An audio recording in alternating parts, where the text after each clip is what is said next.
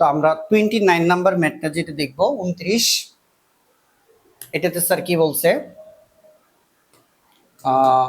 একটি অবতল দর্পণের বক্রতার ব্যাসার্ধ, অবতল দর্পণের বক্রতার ব্যাসার্ধ 20 সেন্টিমিটার। তাহলে আমরা অবতল দর্পণের বক্রতার ব্যাসার্ধ গ নাম্বারের জন্য বক্রতার ব্যাসার্ধকে স্যার কি দ্বারা প্রকাশ করে, আর দ্বারা। বক্রতার ব্যাসার্ধকে কি দ্বারা প্রকাশ করে, আর দ্বারা। আর এর মান কত, বক্রতার ব্যাসার্ধ 20 সেন্টিমিটার, এই যে 20 সেন্টিমিটার।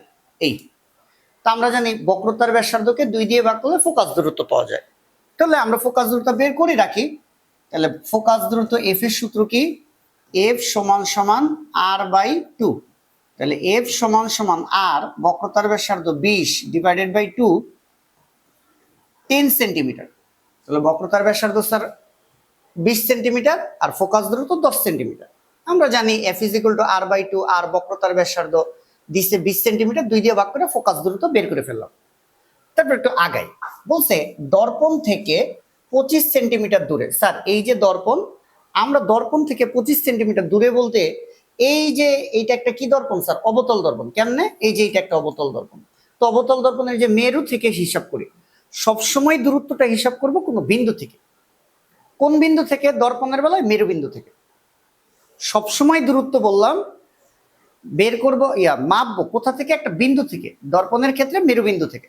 যেমন আমি বললাম এই কলমটার দূরত্ব কত, কোথা থেকে দূরত্ব মাপবো, আমার এইখান থেকে দূরত্ব একরকম, এই বোর্ড থেকে দূরত্ব একরকম, তাহলে একটা বিন্দু বলে দিতে হবে, বিন্দু বলে দিতে হবে। তাহলে ওই যে ওরা যে বললো দর্পণ থেকে 25 সেন্টিমিটার দূরে, তার মানে দর্পণ তো এইটা, এটার কোথা থেকে, যে মেরু বিন্দু থেকে কত মিটার দূরে, 25 সেন্টিমিটার দূরে। হয়তো এখানে একটা কি আছে, একটা 4 সেন্টিমিটার লম্বা দণ্ড রাখা আছে। তার মানে যখনই দেখছি দর্পণ থেকে 25 সেন্টিমিটার দূরে, 25 সেন্টিমিটার দূরে, তার মানে ইউ এর মান 25।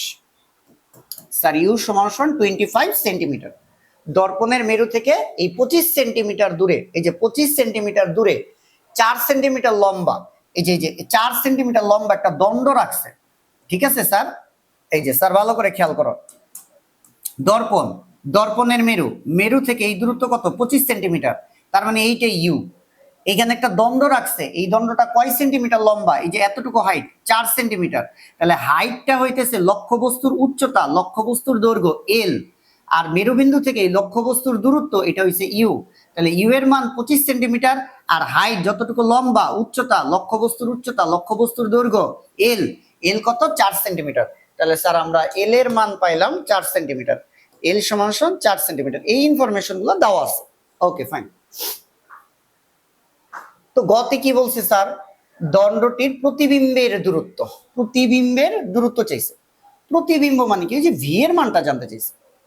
প্রতিবিম্বের দূরত্ব মানে ভি এর মান জানতে চাইছে। তাহলে স্যার আমরা সূত্র কোনটা বসাই দিই, আমরা সূত্র বসাই দিব,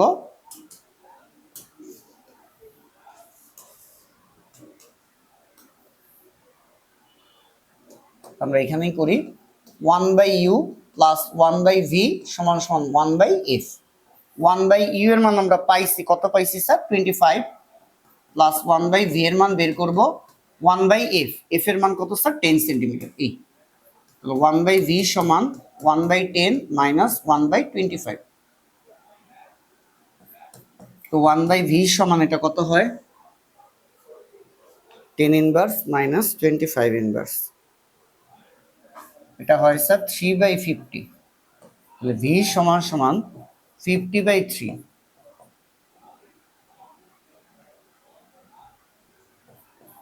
16.67 সেন্টিমিটার। তো স্যার দণ্ডটির প্রতিবিম্বের দূরত্ব কত, 16.67 সেন্টিমিটার। ওকে ফাইন, এই হইতেছে আমাদের গ নাম্বারের প্রশ্ন। কি জানতে চাইছে স্যার, আমরা যদি একটু সামারি বলি, যে দণ্ডটির প্রতিবিম্বের দূরত্ব। তো প্রতিবিম্বের দূরত্ব, প্রতিবিম্বের দূরত্ব ভি দ্বারা প্রকাশ করে। ভি এর মান বের করার জন্য 1/u, 1/v, 1/f। F focus দূরত্ব দেওয়া ছিল না, কিন্তু দেওয়া আছে বক্রতার ব্যাসার্ধ। বক্রতার ব্যাসার্ধকে 2 দিয়ে ভাগ করলে ফোকাস দূরত্ব, এই যে স্যার 10। ইউ এর মান কই থেকে পাইলাম, এই যে বলছে দর্পণ থেকে 25 সেন্টিমিটার দূরে একটা দণ্ড রাখা আছে। তাহলে দর্পণ থেকে দণ্ডের দূরত্বই আমার ইউ, এই যে ইউ।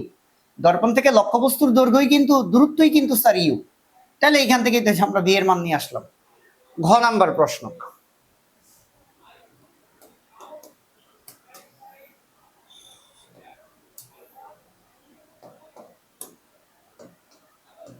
স্যার ঘতে বলছে, ভালো করে খেয়াল করো, দণ্ডটি এফ বিন্দুতে রাখলে, এফ স্যার কোথায়, এফ হইতেছে ফোকাস বিন্দু, দণ্ডটি এফ বিন্দুতে রাখলে, স্যার এফ কই, ফোকাস বিন্দু, ফোকাস কি, এই যে স্যার আমাদের মেরুবিন্দু পি, এইটা স্যার হইতেছে ফোকাস বিন্দু এফ, এটা দর্পণে বক্রতার কেন্দ্র সি। তাহলে আমাদের বলছে স্যার এই মেরু থেকে না দণ্ডটি এফ বিন্দুতে রাখতে, এফ মানে ফোকাস বিন্দু, ফোকাস বিন্দুতে যদি আমরা দণ্ডটা রাখি তাহলে বাস্তব অবাস্তব উভয়ই প্রতিবিম্বই হয়, রশ্মি চিত্রের সাহায্যে বিশ্লেষণ করো।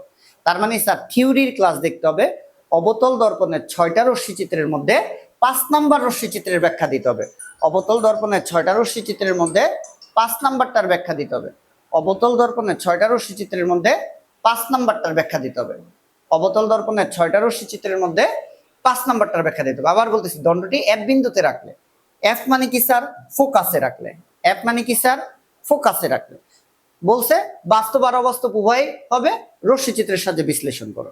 তাহলে এই ঘয়ের ব্যাখ্যা হুবহু থিওরির ক্লাসে ওই যে আমাদের অবতল দর্পণের যে রশ্মি চিত্র পড়াইছিলাম আমরা 6টা, ওইটার মধ্যে 5 নাম্বারটা, অর্থাৎ অবতল দর্পণের লক্ষ্যবস্তু যে ফোকাস দূরত্বে রাখলে যে চিত্রটা হয়, ওইটাইকে বর্ণনা দিতে হবে।